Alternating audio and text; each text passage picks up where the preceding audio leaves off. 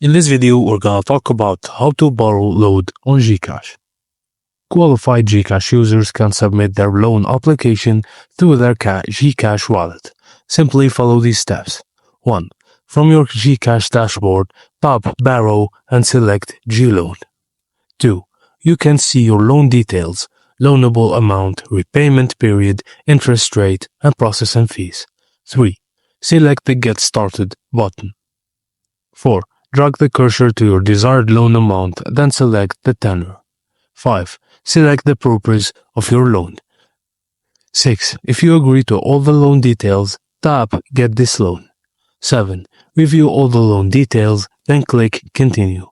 8. Confirm the loan amount you'll receive by entering the 6-digit authentication code that will be sent to your registered mobile number. 9. That's it, you've completed your G-Loan application. Just wait for an email or SMS confirmation, then your loan amount will be sent to your account within 24 hours. And that's it. Thank you for watching. Please don't forget to like and subscribe, and I will see you on the next one.